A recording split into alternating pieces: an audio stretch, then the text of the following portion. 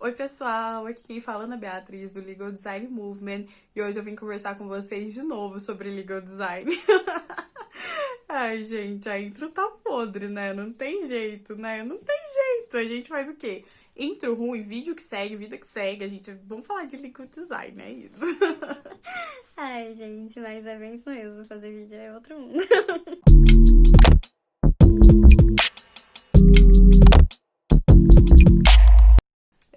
Eu resolvi estruturar esse vídeo através de uma pergunta muito simples, que na verdade é a nossa primeira pergunta, né? O porquê.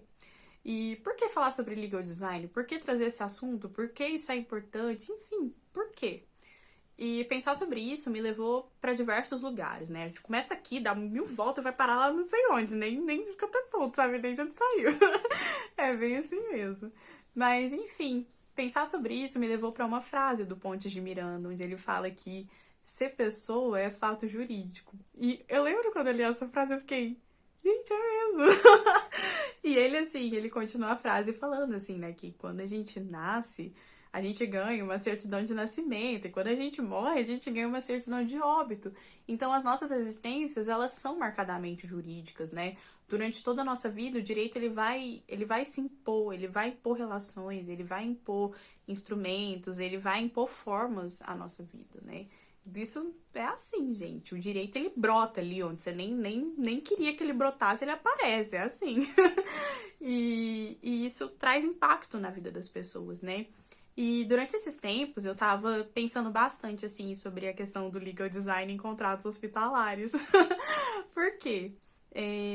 O contrato hospitalar, ele mostra bem, assim, né? Um momento em que a gente tem uma parte que tá extremamente vulnerável. Então, muitas vezes, a pessoa que tá assinando aquele contrato é uma pessoa que tá tendo um parente internado, que tá passando, assim, por um momento de profunda tristeza, de profunda desestrutura, que realmente tá numa posição de vulnerabilidade muito grande. E quando a gente para pensar sobre impacto de documentos jurídicos na vida das pessoas, isso pode ser muito sério. Então, uma pessoa que está ali no balcão de um hospital assinando um documento, qual que é a condição real que ela tem de anuir ou de entender o que está sendo exposto para ela, né? Então, aí entra o trabalho do legal designer de pensar realmente nessa situação, né?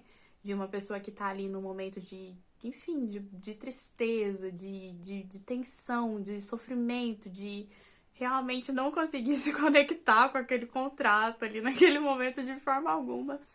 E aí entra o trabalho do legal designer para pensar em elementos que façam com que o entendimento dessa pessoa sobre o que está sendo assinado ele seja mais profundo, ele esteja assim baseado em elementos que realmente assim chamem atenção, que façam assim uma relação de maior proximidade com a realidade dela.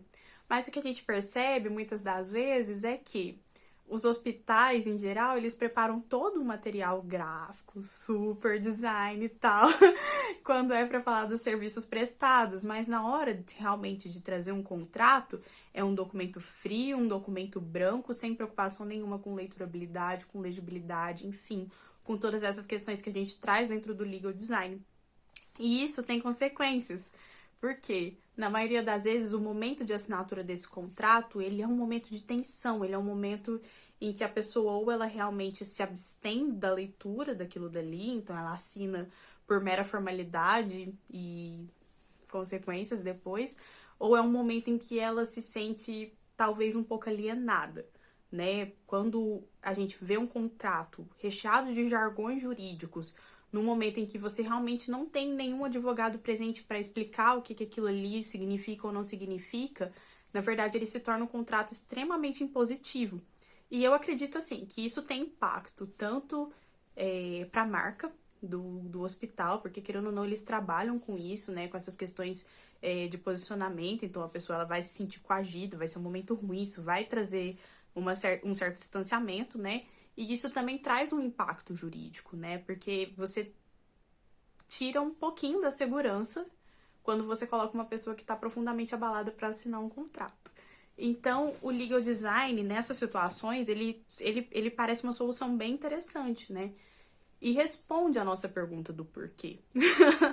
E por que que o legal design é importante? Porque ele pensa nessa relação entre os instrumentos jurídicos, entre os produtos do direito, entre os artefatos produzidos pelos juristas e as pessoas, aquela pessoa que está assinando, aquela secretária que está apresentando aquele contrato para aquela pessoa. Então, um contrato que traga um glossário, que traga palavras mais simplificadas, que saia realmente do mundo do direito e vá para o mundo real, que é onde ele existe, é onde ele toma concretude. Ele vai ter como destinatário claramente um juiz, mas no meio desse caminho tem um monte de gente, tem um monte de atores que também precisam de atenção, que também precisam de empatia, que também precisam desse cuidado. E é isso.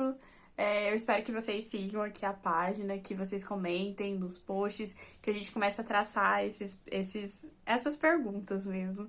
E muito obrigada!